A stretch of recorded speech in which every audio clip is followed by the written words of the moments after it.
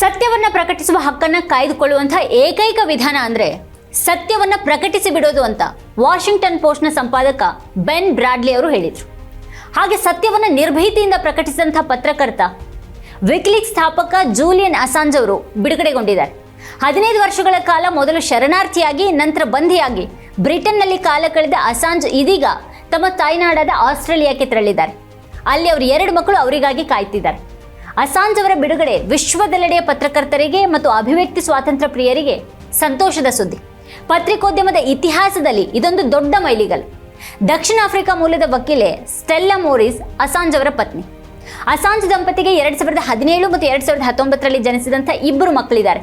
ಅಸಾಂಜ್ ಹಲವು ವರ್ಷಗಳ ನಂತರ ತಮ್ಮ ಕುಟುಂಬದ ಜೊತೆಯಲ್ಲಿದ್ದಾರೆ ಅನ್ನೋದು ಸಂತಸದ ಸುದ್ದಿ. ಜೂಲಿಯನ್ ಅಸಾಂಜ್ ಅವರ ಪತ್ನಿ ಸ್ಟೆಲ್ಲಾ ಅವರು ಅಸಾಂಜ್ ಅವರ ಸ್ವಾತಂತ್ರ್ಯಕ್ಕಾಗಿ ಹೋರಾಡಿದಂಥ ಎಲ್ಲರಿಗೂ ಧನ್ಯವಾದವನ್ನು ಅರ್ಪಿಸಿದ್ದಾರೆ. ಮಕ್ಕಳು ಮೊದಲ ಬಾರಿಗೆ ತಂದೆಯವರನ್ನ ಜೈಲಿನ ಹೊರಗೆ ಕಾಣಲಿದ್ದಾರೆ ಅನ್ನುವಂತಹ ಖುಷಿಯನ್ನು ಅವರು ವ್ಯಕ್ತಪಡಿಸಿದ್ದಾರೆ. ವಿಸ್ಲ್ ಬ್ಲೋವರ್ಗಳು ಹೊರತರುವಂತಹ ಮಾಹಿತಿಯನ್ನ ಇಂಟರ್ನೆಟ್ ಮೂಲಕ ಜನರಿಗೆ ತಲುಪಿಸುವಂತಹ ಉದ್ದೇಶದಿಂದ ಅಸಾಂಜ್ ಪ್ರಾರಂಭಿಸಿದಂತಹ ವಿಕಿಲೀಕ್ಸ್ ಮಾಧ್ಯಮ ಸಂಸ್ಥೆಯು 2010ರಲ್ಲಿ ಅಮೆರಿಕ ಸೇನಾ ಗುಪ್ತಚರ ವಿಶ್ಲೇಷಕ ಚೆಲ್ಸಿಯಾ ಮ್ಯಾನಿಂಗ್ ಸೋರಿಕೆ ಮಾಡಿದಂತಹ ಮಾಹಿತಿಯ ಸರಣಿಯನ್ನ ಪ್ರಕಟಿಸಿತು. ಈ ಪ್ರಕಟಣೆಗಳಿಂದಾಗಿ ಅಸಾಂಜ್ ಅಂತಾರಾಷ್ಟ್ರೀಯವಾಗಿ ಗಮನ ಸೆಳೆದರು. ಬಾಗ್ದಾದ್ನಲ್ಲಿ ಸಾರ್ವಜನಿಕರ ಮೇಲೆ ಅಮೆರಿಕ ನಡೆಸಿದಂಥ ವೈಮಾನಿಕ ದಾಳಿಯ ದೃಶ್ಯಗಳು, ಅಫ್ಘಾನಿಸ್ತಾನ್ ಮತ್ತು ಇರಾಕ್ ಯುದ್ಧಗಳ ಅಮೆರಿಕ ಮಿಲಿಟರಿ ದಾಖಲೆಗಳು ಮತ್ತು ಅಮೆರಿಕ ರಾಜತಾಂತ್ರಿಕ ಕೇಬಲ್ಗಳು ವಿಕಿಲೀಕ್ಸ್ ಪ್ರಕಟಿಸಿದಂಥ ಕೆಲವು ಮಾಹಿತಿಗಳಲ್ಲಿದ್ದು, ಈ ಪ್ರಕಟಣೆಗಳು ಅಮೆರಿಕ ನಡೆಸ್ತಾ ಇದ್ದಂಥ ಸಂಭಾವ್ಯ ಯುದ್ಧಾಪರಾಧಗಳನ್ನು ಬಹಿರಂಗಪಡಿಸಿದ್ವು. ಈ ಪ್ರಕಟಣೆಯ ನಂತರ ಅಮೆರಿಕ ಅಸಾಂಜ್ ಅವರ ಬೆನ್ನು ಬಿತ್ತು, ಅವರನ್ನು ಅಮೆರಿಕಕ್ಕೆ ತಂದು ಶಿಕ್ಷಿಸುವ ಪಟ್ಟನ್ನು ಹಿಡಿತು. ಇದೇ ಕಾರಣದಿಂದಾಗಿ ಕಳೆದ 15 ವರ್ಷಗಳಿಂದ ಒಂದಲ್ಲ ಒಂದು ರೀತಿಯಲ್ಲಿ ಅಸಾಂಜ್ ಬಂಧಿತರಾಗಿದ್ದಾರೆ. ಅಸಾಂಜ್ ಅವರ ಬಿಡುಗಡೆಗಾಗಿ ವಿಶ್ವದೆಲ್ಲೆಡೆ ಅಭಿವ್ಯಕ್ತಿ ಸ್ವಾತಂತ್ರ್ಯ ಪ್ರಿಯರು ಹೋರಾಟ ನಡೆಸಿದ್ದಾರೆ. ಅದೇ ಕಾರಣದಿಂದ ಅಸಾಂಜ್ ಪತ್ನಿ ನೀವು ಅಂದ್ರೆ ಯು ಅಂತ ಸಂಬೋಧಿಸಿ ಎಲ್ರಿಗೂ ಧನ್ಯವಾದ ತಿಳಿಸಿದ್ದಾರೆ. ಅದರಲ್ಲಿ ಭಾರತದ ಬುದ್ಧಿಜೀವಿಗಳು ಸೇರಿದ್ದಾರೆ. ಯಾರನ್ನ ಈ ದೇಶದ ಮಡಿಲ ಮೀಡಿಯಾ ಅರ್ಬನ್ ನಕ್ಸಲ್ ಮತ್ತು ದೇಶದ್ರೋಹಿ ಅನ್ನುವಂಥ ಹೆಸರುಗಳನ್ನ ನೀಡಿ ಅವಮಾನಿಸ್ತಾ ಇದೆಯೋ ಅದೇ ಬುದ್ಧಿಜೀವಿಗಳು. ಮೂಲಭೂತ ಹಕ್ಕುಗಳ ಮಹತ್ವ ಏನನ್ನೋದನ್ನ ಚೆನ್ನಾಗಿ ತಿಳ್ಕೊಂಡಿರುವಂತಹ ಅರುಂಧತಿ ರಾಯ್ ಅಂತ ಬರಹಗಾರರು ವಿಶ್ವದ ಯಾವುದೇ ಮೂಲೆಯಲ್ಲೂ ಅಭಿವ್ಯಕ್ತಿ ಸ್ವಾತಂತ್ರ್ಯದ ಮೇಲೆ ದಾಳಿ ನಡೆದ್ರೆ ಅದ್ರ ವಿರುದ್ಧ ಮಾತನಾಡುವಂತಹ ಧೈರ್ಯವನ್ನ ತೋರಿಸ್ತಾರೆ. ಭಾರತದಲ್ಲಿ ನಿರ್ಭೀತಿಯಿಂದ ಪತ್ರಿಕೋದ್ಯಮ ಮಾಡ್ತಾ ಇರುವವರ ವಿರುದ್ಧ ದಾಳಿ ನಡೀತಾ ಇರುವಾಗ ಅಸಾಂಜ್ ಬಿಡುಗಡೆಯ ಕುರಿತಾಗಿ ಚರ್ಚೆ ನಡೀಲೇಬೇಕಾಗಿದೆ. ಅಮೆರಿಕ ವರ್ಷಗಳ ಕಾಲ ತನ್ನ ನಾಗರಿಕರಿಗೆ ಹೇಳ್ತಾ ಬರ್ತಾ ಇದ್ದಂತಹ ಸುಳ್ಳುಗಳನ್ನ ಬಯಲು ಮಾಡಿದಂಥ ಅಪರಾಧವನ್ನಷ್ಟೇ ಅಸಾಂಜ್ ಮಾಡಿದ್ರು. ಅದಕ್ಕಾಗಿ ಅವರು ಶಿಕ್ಷೆಯನ್ನು ಅನುಭವಿಸಿದ್ದಾರೆ. ಇವತ್ತು ಅವ್ರ ಬಿಡುಗಡೆಯ ನಂತರ ಮೂಲಭೂತ ಹಕ್ಕುಗಳ ಪರವಾಗಿರುವಂತಹ ಧ್ವನಿಗಳ ಮಹತ್ವದ ಕುರಿತು ಚರ್ಚೆ ನಡೀಲೇಬೇಕಾಗಿದೆ. ವಿಶೇಷವಾಗಿ ಮಡಿಲ ಮೀಡಿಯಾಗಳು ವಿಜೃಂಭಿಸ್ತಾ ಇರುವಂತಹ ಭಾರತದಲ್ಲಿ ಈ ರೀತಿಯ ಚರ್ಚೆ ನಡೀಲೇಬೇಕು. ಸಂಭಾಷಣೆಯು ಆಫ್ ದ ರೆಕಾರ್ಡ್ ಆಗಿಯೇ ಉಳಿಬೇಕು ಅನ್ನುವಂಥ ಒಂದು ಉದ್ದೇಶದಿಂದ ಫೋನ್, ಕ್ಯಾಮ್ರಾ ಅಥವಾ ಯಾವುದೇ ರೆಕಾರ್ಡಿಂಗ್ ಸಾಧನಗಳಿಲ್ಲದೆ ನಮಗೆ ಕೋಣೆಯೊಳಗೆ ಪ್ರವೇಶವನ್ನ ನೀಡಲಾಗಿತ್ತು ಅಂತ ಅಸಾಂಜ್ ಅವರನ್ನ ಭೇಟಿಯಾದ ಸಂದರ್ಭ ಕುರಿತಾಗಿ ವಿವರಿಸ್ತಾ ಅರುಂಧತಿ ರಾಯ್ ಹೇಳ್ತಾರೆ. ನನ್ನೆದುರು ತೀರಾ ನಿಸ್ತೇಜರಾಗಿದ್ದಂಥ ಅಸಾಂಜ್ ಕೂತಿದ್ರು. 900 ದಿನಗಳ ಕಾಲ ತನ್ನ ಚರ್ಮದ ಮೇಲೆ 5 ನಿಮಿಷಗಳ ಕಾಲವೂ ಬಿಸಿಲು ಬೀಳದಂಥ ಸ್ಥಿತಿಯಲ್ಲಿ ಅಸಾಂಜ್ ಬದುಕಿದ್ರು. ಆದರೆ ತಾನು ಕಣ್ಮರೆಯಾಗಲು ಅಥವಾ ತನ್ನ ಶತ್ರುಗಳು ಬಯಸಿದ ರೀತಿಯಲ್ಲಿ ಶರಣಾಗಲು ನಿರಾಕರಿಸಿದ ಜೂಲಿಯನ್ ಅಸಾಂಜ್ ಅವರನ್ನ ನೋಡ್ತಾ ಇವರನ್ನ ಯಾರು ಆಸ್ಟ್ರೇಲಿಯನ್ ಹೀರೋ ಅಥವಾ ಆಸ್ಟ್ರೇಲಿಯನ್ ದೇಶದ್ರೋಹಿ ಅಂತ ಭಾವಿಸೋದಿಲ್ಲ ಅನ್ನುವಂಥ ಕಲ್ಪನೆಯೇ ನನ್ನನ್ನು ನಗು ಹಾಗೆ ಮಾಡ್ತು ಅಂತ ಅರುಂಧತಿ ರಾಯ್ ಬರೀತಾರೆ. ಅಸಾಂಜ್ ಶತ್ರುಗಳ ಪ್ರಕಾರ ಅಸಾಂಜ್ ಕೇವಲ ಒಂದು ದೇಶಕ್ಕೆ ದ್ರೋಹ ಮಾಡಿದ್ದಲ್ಲ, ಅವರು ಆಳುವ ಶಕ್ತಿಗಳ ಸಿದ್ಧಾಂತಕ್ಕೆ ದ್ರೋಹ ಬಗೆದಿದ್ದಾರೆ ಅಂತ ಅರುಂಧತಿ ರಾಯ್ ಅವರು ಅಸಾಂಜ್ ಕುರಿತು ಬರೀತಾರೆ. ಅಸಾಂಜ್ ಅವರ ನಿರ್ಭೀತ ಪತ್ರಿಕೋದ್ಯಮದ ಕುರಿತು ಇದು ಬಹಳಷ್ಟು ಹೇಳುತ್ತೆ.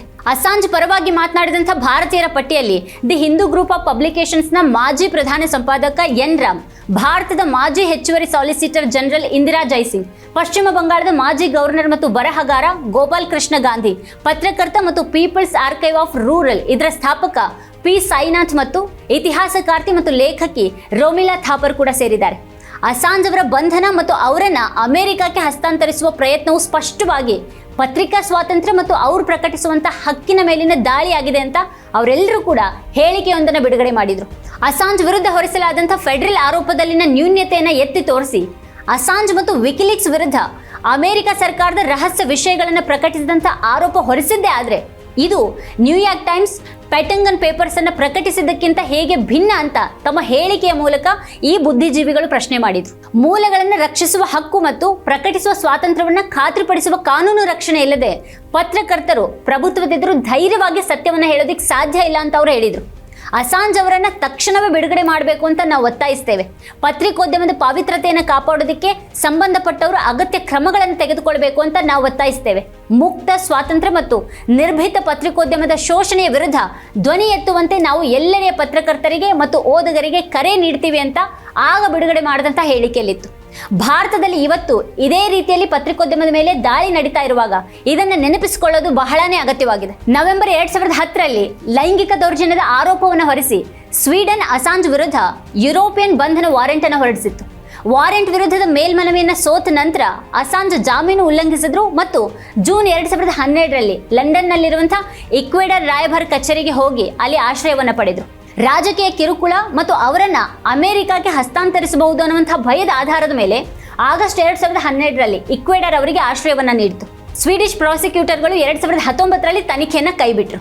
11 ಏಪ್ರಿಲ್ 2019ರಂದು ಇಕ್ವೆಡರ್ ಅಧಿಕಾರಿಗಳೊಂದಿಗಿನ ವಿವಾದಗಳ ಸರಣಿಯ ನಂತರ ಅಸಾಂಜ್ ಅವರ ಆಶ್ರಯವನ್ನ ಹಿಂತೆಗೆದುಕೊಳ್ಳಲಾಯಿತು.